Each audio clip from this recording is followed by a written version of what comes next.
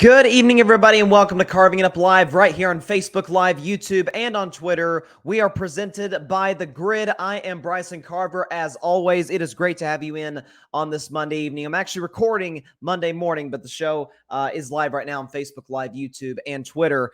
Lots to talk about. All right, October is upon us. Big happy birthday to my dad. Shout out to him. He celebrated his birthday yesterday. We celebrated with him over the weekend as a whole, so shout out to him. And we had a great weekend of football. In college, you had some upsets, but more particularly in the NFL, where you had some games that made me look bad. All right, my upset of the week was really off. I had Houston over the Chargers. That was wasn't even close. I had Baltimore over the Bills, which I'll talk about later in the show. But the rare embarrassing win by the Green Bay Packers, I'll touch on that, as well as the Cowboys outlasting the Commanders in those interesting uniforms for the Commanders. I can't decide whether I love them or hate them. But Cooper Rush is now 4-0 as a starter in the NFL. The Cowboys are 3-1. I'll talk about that. And also predict Rams-Niners at the end of the show. Big division matchup. Rams, defending champions, are 2-1. Niners are 1-2, 0-1 with Jimmy Garoppolo this season. But I will say this. They've won their last 6 matchups against the Los Angeles Rams in the regular season. I'll predict that at the end of the show. But first, we got to start with last night. All right, the final act of Sunday's action in Week 4, Kansas City taking on Tampa Bay. The Chiefs outlasted the Buccaneers 41-31, and it's quite remarkable because when you consider this Buccaneers defense, okay, through the first 3 games of the year, they give up a field goal to Dallas, 10 points to the Saints, and 14 points to the Packers, including shutting them out for the last 2.5 quarters. The Kansas City Chiefs just hung 41 on them. And this is what I said coming into this game. I thought it'd be closer. I picked the Chiefs to win 27-24. I had them winning by 3. But this is what I said about Kansas City coming in, was a couple of things. Number one, Super Bowl rematch. Collinsworth on the NBC broadcast mentioned it about 1,000 times. The Chiefs players, when they had to actually sit there and watch film from that Super Bowl 55 loss to Tampa Bay from 20 months ago, it stung against that team on that field at Raymond James Stadium, where they lost the Super Bowl, of course, 31-9. The defense was unbelievable. Mahomes had absolutely, positively no time to throw. He was pressured over 30 times in that game. Brady, completely opposite, comfortable as ever, getting the ball to all of his receivers, making plays, and it was a long night for the Chiefs. So you have the Super Bowl rematch factor coming in. Okay, you have Kansas City, who has to sit there and watch film from that game and have to relive that all over again. And secondly, last week, Kansas City beat themselves. A lot of people saying, well, both teams are coming off their first loss of the season. They didn't play great. Here's the difference. Tampa Bay, a lot of it was injuries, but some of it was just bad execution offensively. For the Chiefs, they beat themselves. Penalties, missed field goals, faked field goals, Mahomes threw that interception at the end. It was just discombobulated. It didn't look right. Okay, and great teams have these type of games all the time. We saw the Colts yesterday. How's Indianapolis look? Okay, it happens. There's just some Sundays where a below-average team beats a great team. It happens, especially early in the season, October, when teams are trying to figure stuff out. But if you're Kansas City walking in this game, yes, it's a great Tampa Bay defense, but your offensive line is significantly better than it was on that February 7th night in 2021. And while your receivers may not blow people away, it's not Tyreek Hill's not there. Okay, you had Juju Smith-Schuster and Valdez-Scantling. You draft Sky Moore and all these guys. Edwards-Helaire is now in his 3rd year as opposed to his rookie year. Obviously, we all know the man, the myth, the legend, Travis Kelce, is still there. But folks, this is Patrick Mahomes we're talking about. This is, today, one of the 2 best quarterbacks in the NFL. It's either him or Josh Allen. I would probably lean Mahomes because I've seen him win a Super Bowl. I've seen him get to another. I've only seen Josh Allen get to one AFC championship game, with all due respect. And I love Josh Allen. I'm going to talk about him a couple segments from now. But we got to stop acting so shocked when the Chiefs, any given Sunday, look like the best offense in the NFL. We got to stop at this. Okay, Andy Reid, once again, showed you last night why he is the best offensive coach in the league. He is the best play caller offensively that we've had in probably 20, 30 years. We know he comes from the Mike Holmgren tree, yada, yada, yada. But some of those trick plays down the red zone, you had the underhanded toss by Mahomes. You had the quarterback sneak, except it was a tight end sneak from the 1-inch line to score a touchdown for Kansas City. And then, of course, you have Mahomes magic. You have him converting numerous third downs. I mean, the Chiefs were phenomenal on third down last night. I'm trying to find the third down stats. 12 for 17 on third down. I mean, that's demoralizing. And the Chiefs converted their first 4, I think 5 out of the first 6. So once they start to get on a roll like that, that becomes demoralizing for Tampa Bay. I mean, even as a fan, you watching, when your team's defense can't get off the field on third or fourth down, it's like, you just kind of sink in your chair a little bit, right? That's kind of how the Tampa Bay defense looked at times. They make some plays here and there, and then they couldn't stop them. Also, a Tampa running defense that is really good against the Kansas City offense and Andy Reid, who is not known for running the football. Okay, he's had one great running back in his career, and that's LaShawn McCoy. They ran for over 200 yards. So not only did Mahomes get whatever he wanted in the passing game with all of his wideouts, but Kansas City did whatever they wanted in the run game. I mean, what are the average per carry? Because Edwards-Helaire, I believe, had over 100. I'm sorry, no, he had 92. Okay, they averaged 5 yards a carry.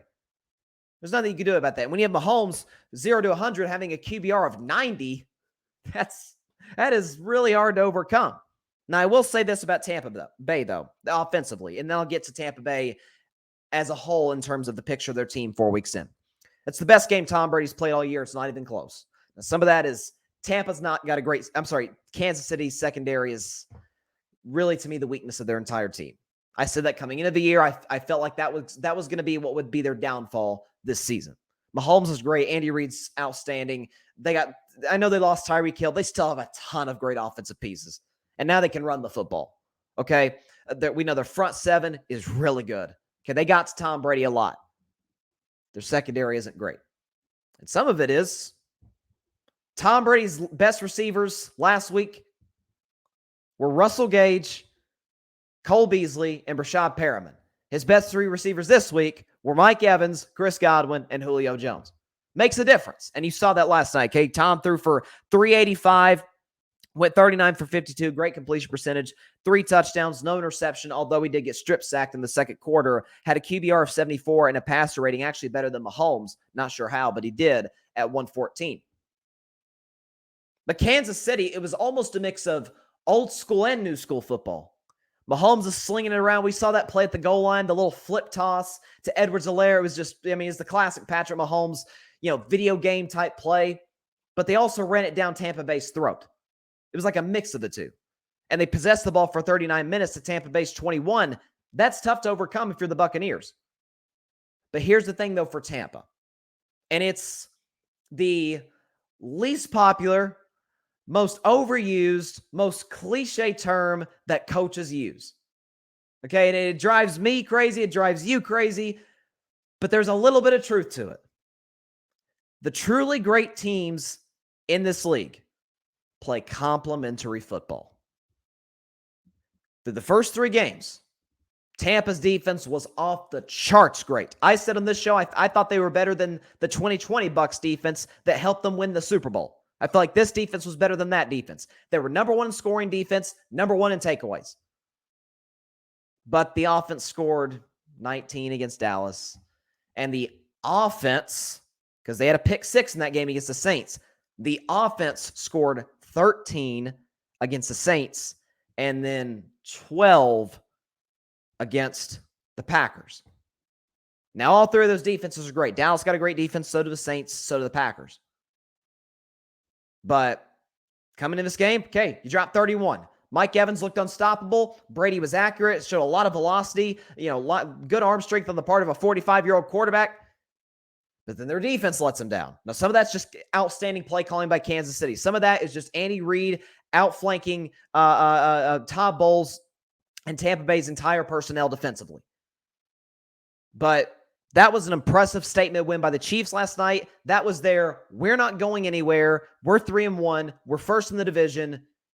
This is who we are, what we're about. Okay, and when you look at that rest of the AFC West, Raiders are 1-3, Chargers are 2-2, but more beat up than any team in the NFL. And Denver, I'll get to Denver a little later in the show, have a clueless guy at head coach. I'll kind of save my thoughts on that for later. But Kansas City, they look like the clear front runners, shocker, to win the AFC West. Then again, they've won that division every single year since 2016. But that was an impressive statement win by the Chiefs. Listen, that's kind of my issue with Tampa, though. And it's cliche, but they have yet to put together a complete game. Where their offense looks great, not even great, really good. And their defense has looked really good. They've yet to put that together. Their defense carried them the first three. Their offense carried them last night. Came out with the L. And the Bucs are now 2-2. You look at Tampa Bay's schedule moving forward. Again, Tampa's got one of the tougher schedules in the NFL. Okay, so you got next week against Atlanta. Get the ship right. No pun intended, Tampa Bay. Get the ship right. Then you go to Pittsburgh, who's now 1-3 after a loss to the Jets. At Carolina, but here's where it gets tough. You got a home game against the Ravens on a short week, Thursday Night Football. You got a home game against the defending champions who beat you in the playoffs at home, the Rams. In Germany against Seattle. All of a sudden, Seattle actually looks pretty good. Okay, at Cleveland and that defensive front. Saints, we know they got problems with the Saints on a Monday night game. At San Francisco with that defensive line. Home against Joe Burrow in Cincinnati. And then you got at Kyler Murray and the Cardinals, home against the Panthers at Atlanta. So they've got like a middle stretch in their schedule that is brutal. Okay, so they need to take advantage. Certainly next week against the Falcons, who got a big win over the Browns. But they got to take care of some of these games. But good win for Kansas City. Statement win. Bucs offense looks outstanding. It's hard to possess the ball for 21 minutes and still score 31. But it felt like the tone was kind of set by that muffed kick return, right? Or the fumble and the kick return to start the game. Basically gave Kansas City an extra possession. They took advantage, and they never looked back from there. Tampa Bay never held the lead at any point last night. Now, it's funny. I was talking on Friday's show when I was making predictions for games. And late in my predictions, I got to Patriots-Packers. And the Packers were 9.5-point favorites to win this game. I said, I feel like I should take the Patriots plus 9.5, but the Packers to win outright. But, come on. New England's offense has been a turnover machine with Mac Jones. Well, Brian Hoyer is the typical backup quarterback. He's a poor man's Mac Jones. You know what I think about Mac Jones, so Brian Hoyer ain't that great. The receiving unit is probably the worst in the NFL. Their offensive line has had a lot of injuries. Defensively, they're up and down. Then they got to go to Lambeau Field. Come on, the Packers should win this game by 2 touchdowns. That's exactly what I predicted. I said 30-16, the Packers should win by a couple touchdowns. And it actually got better for the Packers. Okay, so Brian Hoyer led a drive to start the game. Patriots got a Nick Folk field goal out of it. And the next play, take note, Miami Dolphins, Brian Hoyer gets concussed and is actually, again, believe it or not, he's actually removed from the game after getting concussed. Again, take note, division rival Miami Dolphins. Anyways, Brian Hoyer's gone for the game. And in comes third-string quarterback Bailey Zappi. Now, with all due respect to Bailey Zappi, who last year did throw for 5,900 yards and 62 touchdowns in college, actually broke Joe Burrow's records in both for a single season. So Bailey Zappi could ball in college. He was a 4th-round pick this year. But there's a reason he was the third-string quarterback behind a limited guy in Mac Jones and behind a career backup in Brian Hoyer. And to his credit, kid looked fine yesterday. But if you told me coming into this game, all right, the Patriots are going to be, for the majority of this game, without their 2 best quarterbacks. The receiving unit, as Patriots fans can attest, as I think anybody who watches football can attest, is not very good. A defense who's, Yeah, that game came down to a field goal in overtime. Aaron Rodgers at home, at Lambeau, against Bailey Zappi. They needed a classic Mason Crosby field goal to win that game. Okay. And let's not act like Aaron Rodgers was great. He threw for over 200 yards the second half. Give him credit where credit's due. But he had the pick six in the first half, which was an awful throw. I'm not sure. He's thrown it to, it's a little out route to Lazard. He throws it on his inside shoulder. Guy steps in, takes it to the house. I'm not sure what Aaron was looking at on that play. I really don't. The window that he would have had to fit it in, and we know Aaron's capable of these throws, but the window he would have had to fit that football in to get to Allen Lazard is the size of a toothpick. I mean, it wouldn't have been much. But the fact that this was back and forth, the fact that the Packers actually trailed by 7 points late in the fourth quarter tells me everything I need to know about this team. Folks, they are the New York Giants with a significantly better quarterback. They're a fraud. They're a 3-1 fraud. Does anybody think the Giants are a really good football team? No. There's a chance in the weak NFC. Who knows? Maybe the New York Giants can get in the playoffs. Man, who knows? They got an easy schedule. They got a chance. And I like Brian Dable. They got Saquon and they got all those playmakers defensively. They could get in the playoffs. Nobody looks at them as a contender. Come on. The Packers are the same thing, except they have, obviously, a significantly better quarterback. Aaron Rodgers as opposed to Daniel Jones. And speaking of one, Aaron Rodgers, he knows. Okay? He was talking after the game, and I typically diss Aaron Rodgers after press conferences, especially after losses, because he tends to take shots at coaches, teammates, throws accountability everywhere except, the guy in the mirror. But he said something after the game that I'm like, oh, he knows. He knows this team's in trouble. He said, quote, "This way of winning, I don't think is sustainable because it puts too much pressure on our defense. And obviously, I've got to play better and will play better. You can't be 2-2. You can't be 2-2 losing to a third-string quarterback and not playing great in all three phases. So we had to have this one. This doesn't take anything away from the joy of winning, but this is one we had to have." Okay. So, and by the way, Aaron Rodgers had the lowest passer rating any half he has played in, I think, 200 games that he's played. He had like a passer rating in the first half of 11. He was awful in that first half. I have no doubt Aaron's going to bounce back. He is a 4-time MVP after all. He's going to be a first-ballot Hall of Famer. He's one of the greatest quarterbacks to ever play the game. But this is exactly what I said the Packers were going to be. They were going to win some of their games early. Okay, they were supposed to beat New England. They were supposed to beat Chicago. If Tampa Bay's healthy, you're telling me the way you saw Mike Evans last night, you're telling me the Packers can cover him? Came down to a 2-point conversion. No Mike Evans. And, by the way, getting reinforcements in the offensive line. You're telling me Tampa healthy would have lost to Green Bay? No, they would not. 2-point conversion came down to it, despite Brady not having most of his offensive line and all of his good receivers. This is a 3-1 fraud, folks. And next week, the beauty of it is, in London, we get a second straight game in London, second straight Sunday of Sunday morning football. You get the two frauds. The 3-1 Giants, the 3-1 Packers, facing off against one another. Okay? I'm going to probably take the Packers to win that game because I think they're just better than the Giants. I think, obviously, the gap between Aaron Rodgers and Daniel Jones is like 2 Grand Canyons. But this is not do people actually think this team can do jack squat in the playoffs? Because we've seen them play one great team this season. Tampa was not great because they didn't have any of their pieces. We've seen them play one great team this season. That was the Minnesota Vikings. How'd that look? They basically flew to Minnesota to score a touchdown, and that's all she wrote. They lost by 16 points. When you look at the Packers' schedule, moving forward from here, they should beat the Giants, although they struggle to beat a third-string quarterback at Lambeau. But that's neither here nor there. Packers' schedule moving forward. They got the Giants next week. They should win that football game in London. Then they got the Jets at home. I'm definitely going to take Green Bay to win that one. At least they should.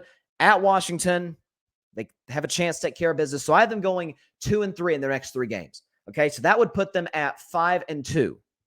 But here's where it gets tough. At the Buffalo Bills, they are not beating Buffalo. Okay, I may have to make a bet with somebody who's a Packers fan about them beating the Buffalo Bills. I would do something crazy on this show. if they beat the Buffalo Bills. They are not beating Buffalo on the road in freezing cold Sunday Night Football. On the road against the Detroit Lions. I have been saying this since before the season started. The Packers are going to lose that football game in the Motor City, as long as Detroit's healthy. Heck, Detroit did not have their number one receiver yesterday. They scored 45 points. They lost because they gave up 48. Their defense isn't very good, but their offense is top 5 in the NFL. You're telling me that the Packers, with these pieces, can go toe-to-toe with what the Lions have on offense. They're losing that game in Detroit. They got a home game against Dallas. Folks, if Bailey Zappi gave Aaron Rodgers trouble, what the heck is Dak Prescott going to do? They're not beating the Cowboys. Okay, home against the Titans on a short week on Thursday night. Probably take them to win that game. Although, then again, the Packers are bad at stopping the run. Damian Harris had a really good game for New England yesterday. The Packers, I've been beating this drum since last year. Despite having one of the best interior pass rushers and run stoppers in the NFL in Clark, they can't stop him. They cannot stop the run. So Derrick Henry coming into town, you saw what Derrick Henry looked like yesterday. That's going to be a problem. Okay, at Philadelphia, they dang sure ain't beating the Eagles. With that defensive front, that secondary, that offense, they're not beating Philly. The road against the Bears, they'll beat Chicago. Home game against the Rams. Now, maybe they got a chance because, the Rams, warm weather team coming into Lambeau on Monday Night Football on December 19th. It's going to be, frigid temperatures. Maybe the weather will give them an advantage there, but I'm favoring the Rams to win that game. At Miami, we'll see what the quarterback situation is with the Dolphins. They can't cover Tyreek Hill. They could barely cover Nelson Aguilar yesterday. You're telling me they can cover Tyreek Hill and Jalen Waddle? Please. And that other kid, number 14 for the Dolphins, is a nice player too. Home against the Vikings. Kirk Cousins has a winning record against Aaron Rodgers in his career. And then home against the Lions. So Packers fans, go ahead and get your celebrating out of the way. Because this is going to be a long stretch to end the season. You've got 3 games that you will be favored in all 3. You're already favored by 8 to beat the Giants next week in London. You will be favored to beat the Jets. You will be favored to beat the Commanders. After that, it is tough sledding. It is an uphill climb for a painfully limited football team. This team ain't going anywhere. I still stick strongly to my prediction this season that they're a 9-8 football team who will miss the playoffs. You see the playmakers, Minnesota. Problem with Minnesota is Kirk Cousins. That's who I don't trust. But Kevin O'Connell called a great game yesterday against the Saints. Justin Jefferson doing what Justin Jefferson always does. He was phenomenal. Dalvin Cook had a good game. Defensively, they had their moments. Green Bay is not better than Minnesota. Offensively, they're darn sure not better than Detroit. So this is not there's no such thing as a bad win because you're in the win column. Any win is a good win. But there are such thing as embarrassing wins. If you would have told Matt LaFleur, or as a buddy of mine, Barry Grant Jr. likes to call him Matt LaChoke, because God knows I don't trust him in close games. But if you told Matt LaFleur and you told Aaron Rodgers before the game, hey, watch this. Mac Jones is going to be out. Brian Hoyer is going to get concussed in the first quarter. You're going to get to play a third-string rookie fourth-round quarterback at home. They're like, okay, did we win by 30? No, you actually took it. If Mason Crosby doesn't hit that chip shot field goal, it ends up being a tie. And you very easily could have lost in overtime. So, Packers fans, don't get too excited. This is an average football team who just so happens to be 3-1 because they've got some really fortunate breaks. They played the Chicago Bears. We know Aaron Rodgers. He told y'all last year he still owns the Chicago Bears. He needs to go and buy a stake in the franchise. He owns the Bears. Has since he came into the NFL and became a starter. They played a severely beat-up Tampa Bay team in Week 3. And yesterday, barely survived a below-average New England team with a third-string rookie quarterback at home with Aaron Rodgers. Wow. Wouldn't get too excited, Packer fans. But Of course, then again, Packers fans aren't as rough on me as Dolphins fans because of my criticisms of Tua's play. Again, God knows I feel just sick for the kid. And I detailed my frustrations with the Dolphins on Friday's show. Talked about what a travesty it was that man even suited up. But it's the Dolphins. They do shady business in Miami, so why are we shocked? But I did see the report on Saturday that the NFLPA rightfully fired the independent neurologist who cleared Tua to play for Thursday. So good for the Players Association, and apparently the NFL is going to conduct an investigation. I think either they said it will take 1 to 2 weeks, or it will begin in 1 to 2 weeks. And I think 1 to 2 weeks after last Sunday's game against the Bills. So this is going to be something you're going to be looking at and really keep your eye on, see what the punishment is going to be for the Dolphins. Because I promise you, especially the fact that Goodell wasn't in attendance for that nightmare scenario that ended up coming to fruition on Thursday night in Cincinnati, Goodell will drop the hammer as hard as the rules will allow him to, as long as the laws of the NFL will allow him to. This is why he gets paid $40+ million a year to make decisions like this. I'm telling you, though, the Dolphins are in big trouble again with the NFL. You got Flores, you got Brady, and now you got this. It's man. Yeah, it just I can't. I hated that Amazon kept showing the replay of that. I hate that these networks are showing the play over and over.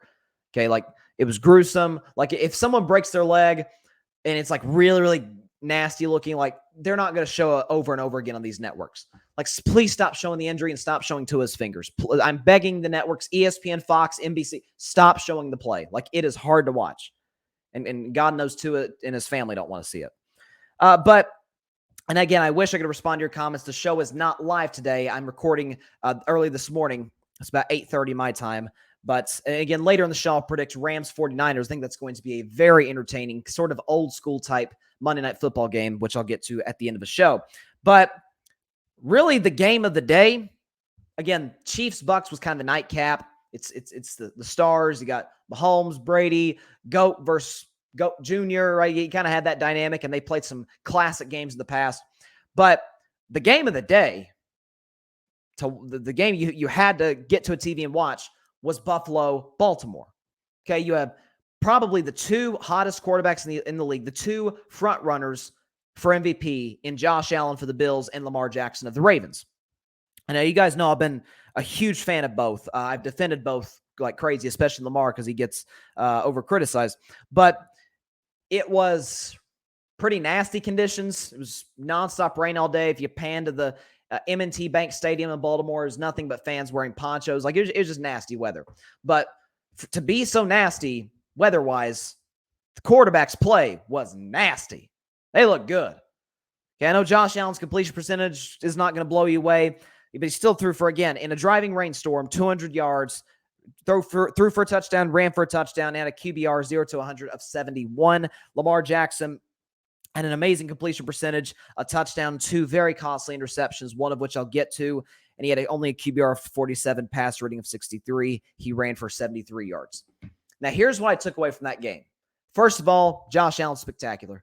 Anybody at this point, and I'm seeing people in the national media, Nick Wright, who still seem to doubt Josh Allen and seem to question his incredible abilities as a quarterback in the NFL, just shut up. Stop. When you're talking about pure quarterback talent matched with intangibles, again, like I said at the beginning of the show, it's him and Patrick Mahomes. It's their league right now.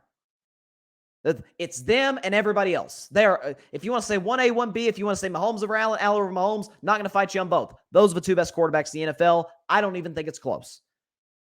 Brady's still great. Rodgers still great. You know, Burrow, all these guys, they don't hold a candle to Allen and Mahomes. They don't. When you're talking about on the road, down 20-3, okay, you struggle a little bit at times in your run game. Buffalo has really struggled to develop a consistent running game.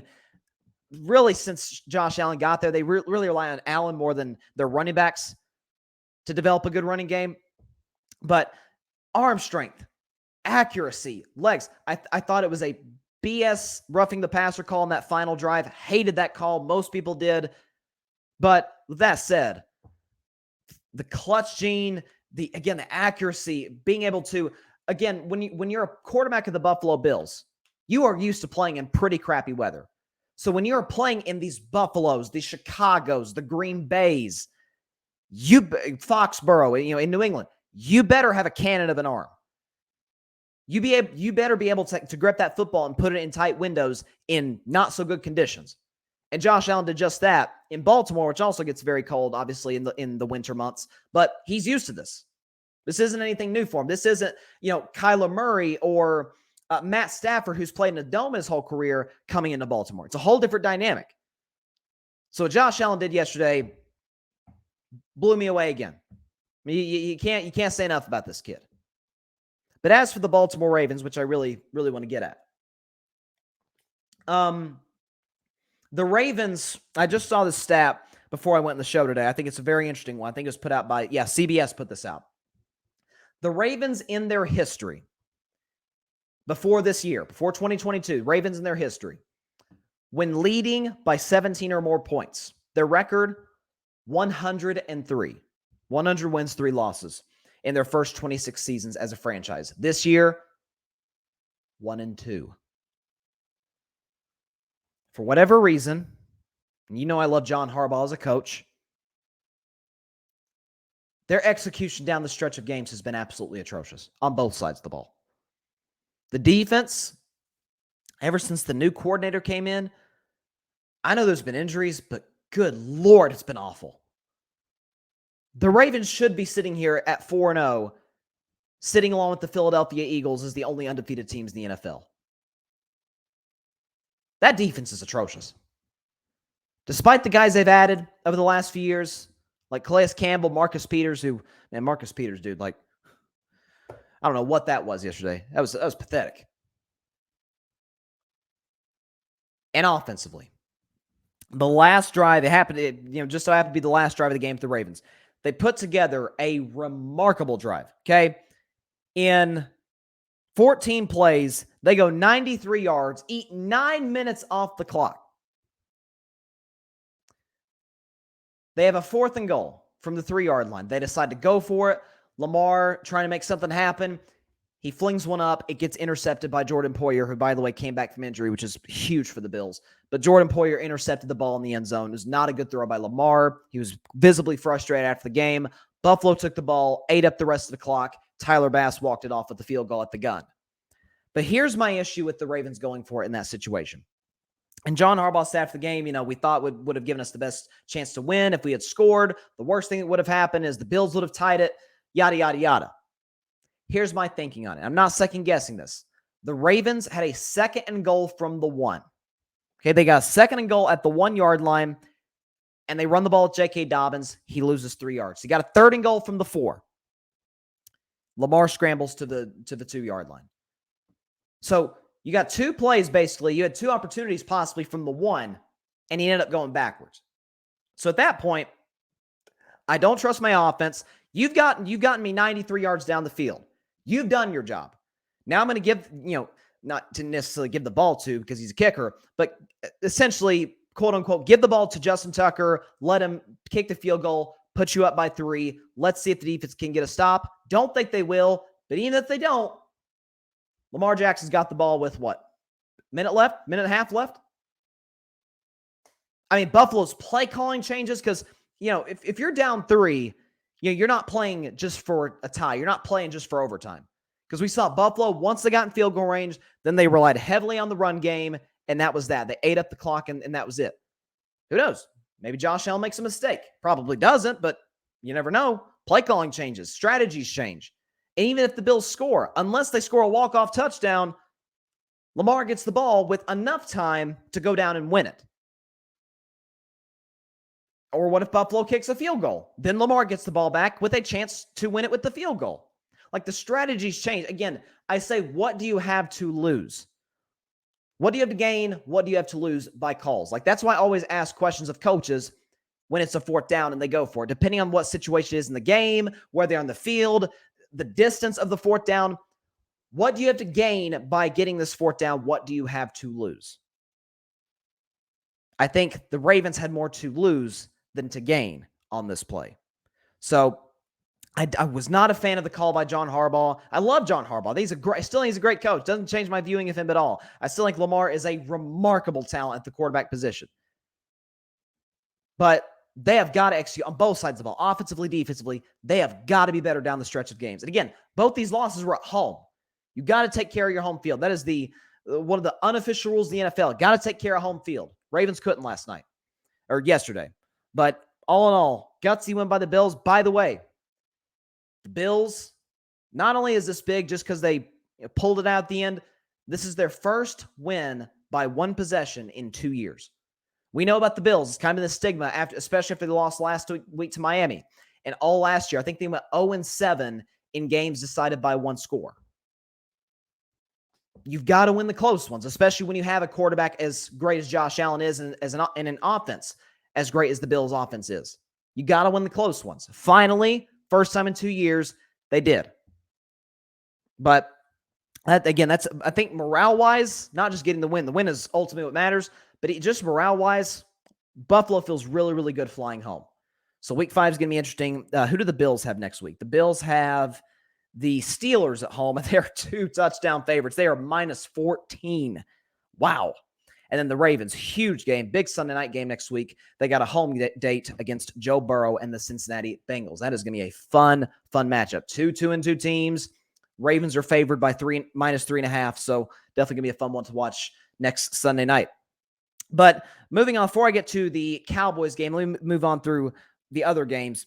Vikings beat the Saints. You had a typical, London back and forth. It was actually, I don't know if this has ever happened in NFL history, but it's the second time that Kirk Cousins and Andy Dalton faced off against one another in London.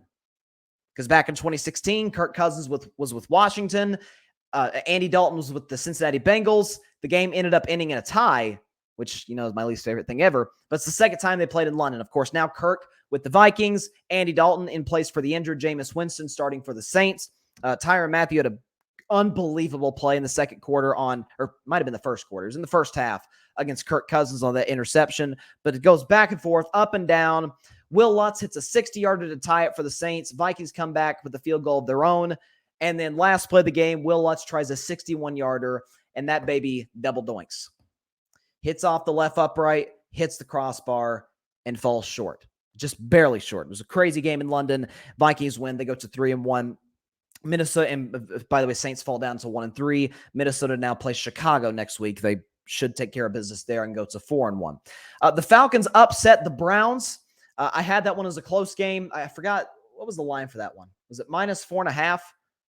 It might have been. I can't remember. I think I remember taking the Falcons taking the Falcons and the points. They ended up winning outright 23-20. Jacoby Brissett threw a terrible interception there at the end. Marcus Mariota did not play well, only completed 7 passes. But my man, University of Tennessee, represent Cordero Patterson. I just hate that he's doing this on a team that has absolutely no chance of contention. I feel like if you gave Cordero Patterson, he's a lot like Deebo Samuel. For those of you that don't watch the Falcons much, okay, he can be used as a receiver, but he's used primarily as a running back. Man, if you gave him to Kyle Shanahan or to Sean McVay, the 2 coaches tonight, man, I'd love to see what that guy could do, okay, in those offenses. And I think Arthur Smith is a good offensive coach. I do. But you put him with 2 geniuses like the ones we're going to see tonight, man, dude would flourish. Seahawks in, without question, the highest scoring game of the day, outlasted the Lions 48-45. Geno Smith, man, looking good.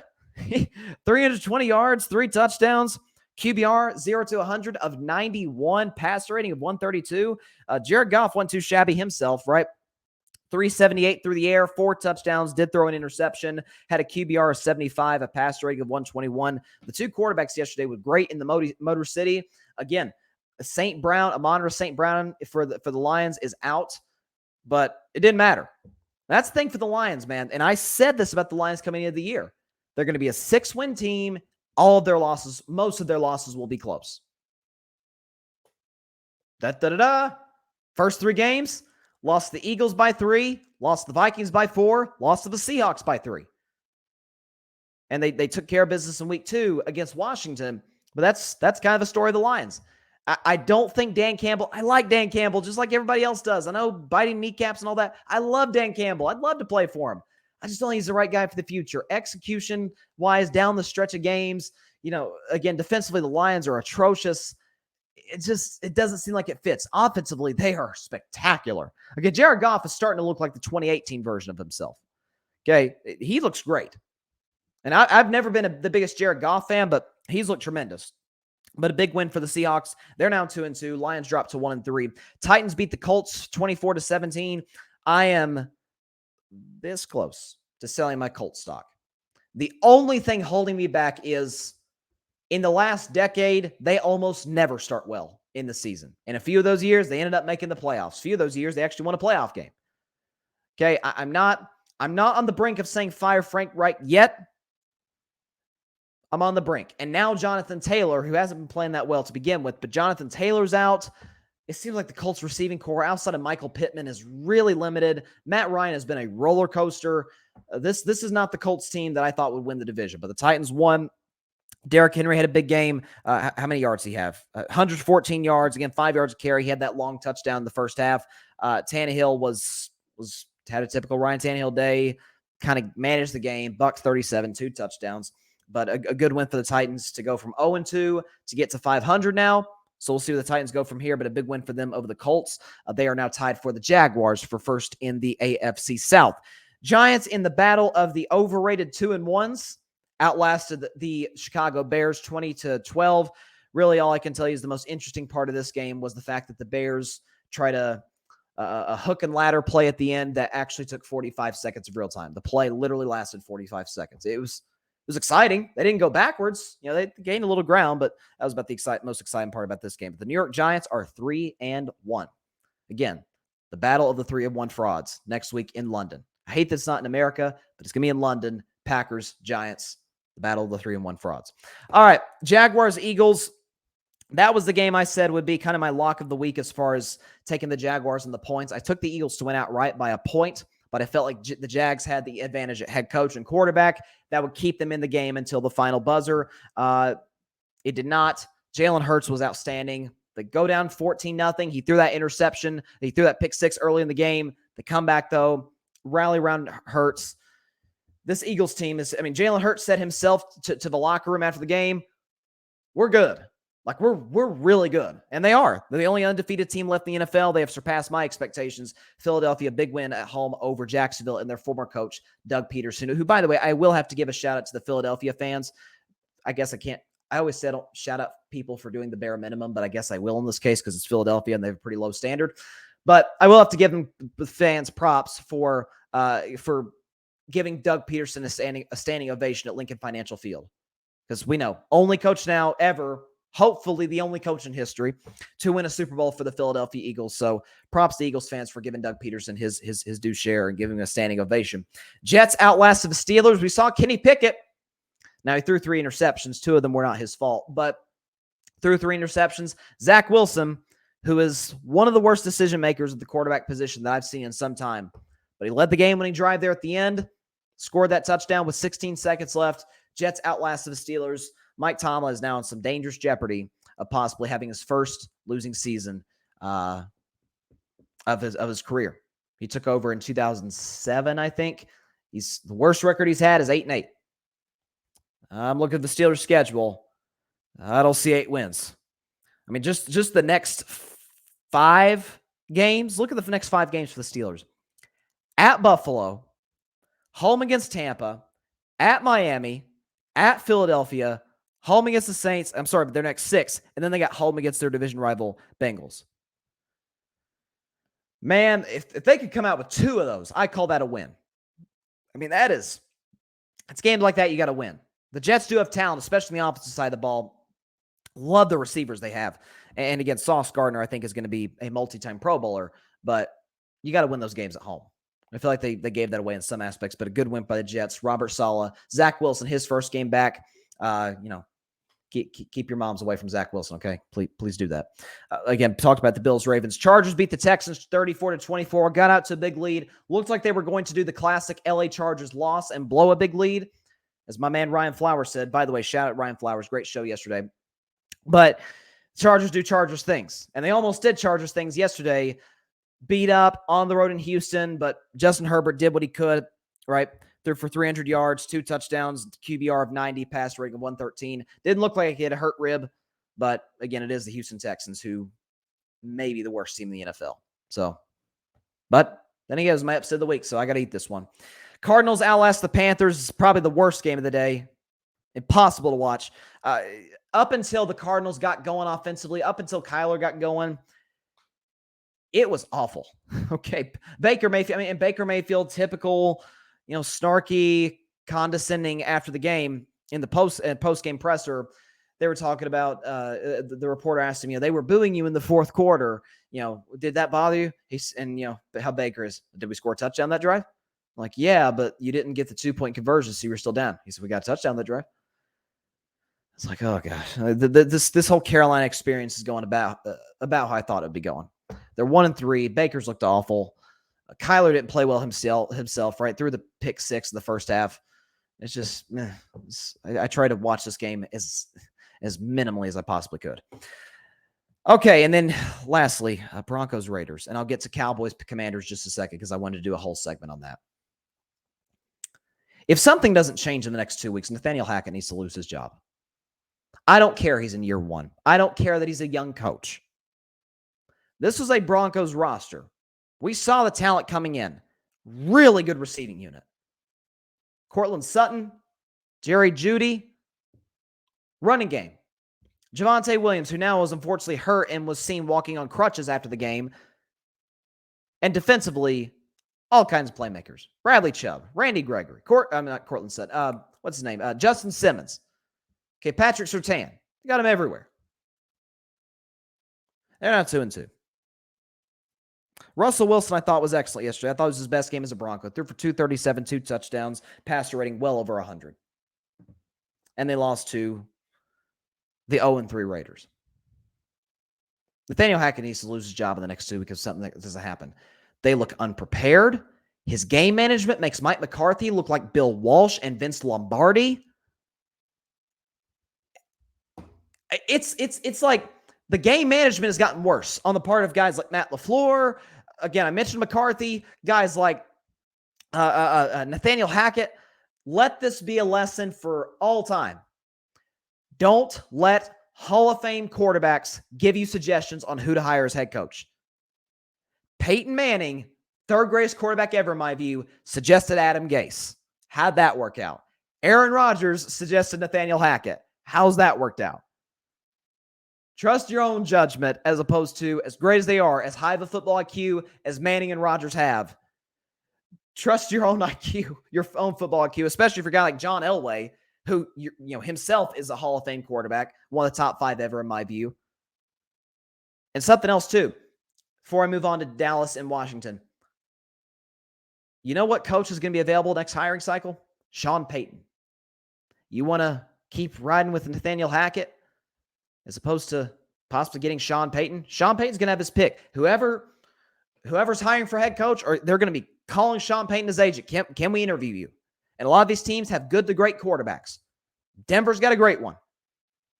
You fire Nathaniel Hackett now, or the next 2 weeks if something doesn't change. Bring in the interim, whether it's defensive coordinator, office coordinator, I don't care. See what you get out of this season. Go after Sean Payton this hiring cycle. This is not working. You can tell when a team is well coached, and you can tell when a team is poorly coached. About a month in, this team's poorly coached. I mean, keeps giving Melvin Gordon the ball, despite the fact he continues to fumble over and over and over and over. I don't get it. And now Javonte Williams, the guy who doesn't fumble, is hurt. What are you doing? It's like that game just like kind of pissed me off watching. I'm not going to lie. As a guy who picked the Denver Broncos to win this year's Super Bowl, which is not looking very good today, that was brutal to watch. Raiders ran it down their throat. Now, it's Derek Carr, and we know I love Derek Carr. Denver's got to win that game. But then again, their head coach is clueless. Dallas, Washington. Cowboys beat the Commanders like I thought they would. They won 25-10. Let me go ahead and say this, get this out the way. Trayvon Diggs. The jump he has made from year 2 to year 3 is unbelievable. People were blown away last year at the 11 interceptions. He was great. But as I kept pointing out on this show, why do quarterbacks keep throwing at him if he has 11 interceptions? Because he's the gambler, or was the gambler. Hopefully that's passed. Knock on wood. Hopefully that's passed for him. Gave up the most yards by far in the NFL last year. This year, locked down Terry McLaurin, who we know is one of the more underrated receivers in the league. Shut him down. Terry McLaurin, 1 catch for 6 yards, and he was covered by Trayvon Diggs for 21 plays. In 21 plays, 2 targets, 1 catch, 6 yards. Trayvon Diggs put the cuffs on McLaurin. Micah Parsons, we know what he can do. I thought the defensive line for Dallas really controlled the line of scrimmage, albeit Washington has a pretty sorry offensive line. Carson Wentz has now been sacked more times than any quarterback in the league, now surpassing Joe Burrow. But again, I got to admit to you yesterday, that to me, and I'm not going to be too brutal on him because he's a backup quarterback, I didn't think Cooper Rush played that well yesterday. I didn't. He missed some easy reads to Noah Brown, to CeeDee Lamb occasionally. I know he hit Lamb on the over-the-top touchdown in the fourth quarter to start the fourth quarter, but there were some simple throws. He got bailed out by 2 penalties that had nothing to do with the outcome of the play. He got picked off twice on 2 awful throws. The first one, way underthrew CeeDee. I think it was CeeDee Lamb. It was either Lamb or Noah Brown. Way underthrew him, got intercepted, but it got called back because of the Washington penalty. Also, threw a pick. Threw a pick. I think it was in the direction of Michael Gallup, who, by the way, looked good yesterday. Welcome back, Michael Gallup. Threw into double coverage, got intercepted, but that got called back due to penalty. So he was fine yesterday, but I thought as a starter, that was his worst game he played. I thought he played great against Minnesota last year. I thought he played pretty good against Cincinnati in week 2. In week 3, thought he made some really big plays, especially in the fourth quarter, which you need guys to do against the Giants. I didn't think he played that great yesterday. The Cowboys' running game was, it's fine. But I would not be celebrating this win as much as a lot of Cowboys fans are. First of all, they should win this game. They are better than Washington, so they should win this game at home. But that wasn't all that impressive by the quarterback. CeeDee Lamb, I will have to say, made some plays in that second quarter that I liked. Cooper Rush threw the ball 3 straight times, got them all the way down the field. He did a good job. And Michael Gallup, again, looked great in his return. But it does not look like, from what I'm reading, that Dak Prescott has any chance to come back next week because he still has yet to throw in practice. They're going to evaluate him 2 days from now on Wednesday, the first practice of the week before the Rams game. I think they'll make their determination then. If he can't throw the way that we expect Dak to throw the football, they're probably not going to play him against the Rams, which to me, with Dak, because Dak's not going to be 100% if he does play. That's why I say Dak, sit this one out. If Dak plays, if Dak doesn't play, if it's Cooper Rush, if it's Will Grier, I don't care. They're not beating the Los Angeles Rams on the road. At least not with the performance offensively that we saw yesterday. Like, I know a lot of people were blown away. I didn't like the run game at all. And Cooper Rush missed some simple reads. And was, again, that below average arm was kind of exposed yesterday. And I think the Rams will take advantage of that next week. But, and then again, as for Washington, I mean, I've always been a critic of Carson Wentz. And he had a really bad throw in the fourth quarter to that, forgot what his name was, number 26 for Dallas. But I can't be brutal on him right now. That offensive line for Washington, it sucks.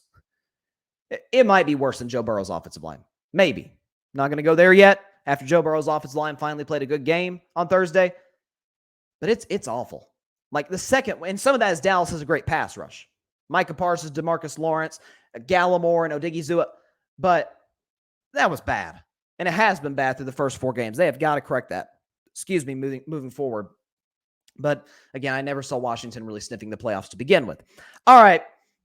So again, we have some crazy where we had some crazy week 4 games. And it actually will conclude tonight in a game between the 49ers and the Rams, the defending champs, going on the road to take on the team that they actually beat to get to the Super Bowl, that being, of course, the 49ers. So this is a big game tonight, Monday Night Football. So right at the bat, let's get the background music going here.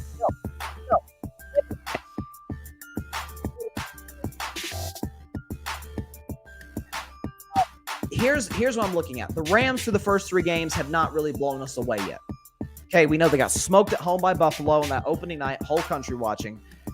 They had a huge lead, 28-3 actually, on the Atlanta Falcons, and survived by the skin of their teeth, thanks to a great play made by Jalen Ramsey. The end zone. Arizona looked on offense, but Cam Akers had other ideas, and it ended up only winning. The Rams ended up winning by 8 points over a Cardinals team that I don't think is that good, especially given the injuries and the offseason losses they had. And so they come into this game at Levi Stadium against a 49ers team that, with Jimmy Garoppolo, looked really good against Seattle, but they should be Seattle. They're much better than Seattle. But last week against Denver, scored 10 points. It should have scored at least 24 because Jimmy Garoppolo missed Deebo Samuel wide open 2 plays in the first half. That's neither here nor there. But here's the thing I look at if I'm a betting man. Again, not this is if I were a bet man, obviously, because it's Monday Night Football.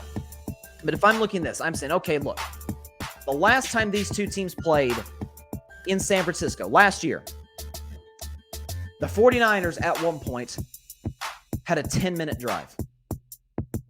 Ran the football down the Rams' throats. Jimmy G is the quarterback in this game last year. Of course, he's the quarterback this year because Trey Lance is done for the year.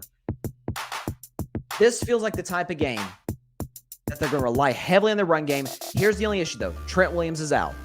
And Trent Williams, we know what he is pass protecting, but run blocking, dude likes to get out in space, likes to, pancake block some guys. Trent Williams loves getting out in the open field. You're not going to have that tonight. That's a big, big loss for the 49ers offensive line. But as for the Rams, it's pretty much been Cooper Kupp or bust. Allen Robinson has not looked good in a Rams uniform. Okay, their other receivers have yet to step up. It is, if Cooper Kupp can't get open, which is rare, but if he can't get open tonight, Matthew Stafford's going to have a long night. So if I'm the 49ers, I am taking advantage of that. All my attention is focused on number 10 for the Rams. I think that will be the case. What's his name? Not Raheem Morris. He's the quarterback, or he's the coordinator for the Rams. Who's the defensive coordinator for DeMeco Ryans, the quarterback, or the defensive coordinator for the 49ers. He's going to have them ready to go. He's going to take advantage of their lack of receiver depth aside from Cooper Kupp. So I think with all that said, and it's going to be kind of an ugly game. A lot of these primetime games as of late have been, aside from last night. I'm going to take the 49ers to get to 500 in this game, drop the Rams to 500, 24-19. I do think they cover the minus 1.5 point spread. It's not by much, but I think they win this game 24-19. They take advantage of some of the Rams' deficiencies offensively. The Rams have not run the football that great either. I think they'll take advantage of that, especially with their unbelievable defensive line. So give me the 49ers to hopefully help me a little bit because, God, my picks have been bad. My picks have been awful. I haven't tallied them up this week yet, but all I can tell you is it's not as good as week 3. And darn sure, my best week thus far has been week 2. It did not get to week 2, but you win some, you lose some. It is what it is. That's the fun of the NFL season. All right, that is all the time we have for today's show. Appreciate everybody stopping by as always. Be sure to catch Carving It Up live on Thursday, as always at 6 p.m. Eastern, 3 p.m. Pacific time, Facebook Live, YouTube, Twitter. Also on YouTube, be sure to like, share, comment, and subscribe to Carving It Up. And go subscribe to the Grid Network on YouTube. Carving It Up, every show, every clip is on this channel. Yes, so please hit that big red subscribe button, but also on the Grid. So hit the big red subscribe button over there. All kinds of content creators, myself, Mike Guido, Barry Grant Jr., Alfred Parsar Jr., Ryan Flowers, Patrick Brown. We got all kinds of creators. We got the website going, YouTube, social media. So follow us on our social media platforms as well. So have a great week, everybody. Stay safe out there. God bless you all. Peace out. Don't get too excited, Packer fans. Thanks so much for watching the show on YouTube. Be sure to click that big red subscribe button and go check out the other clips and full shows of Carving It Up Live. Have a blessed day.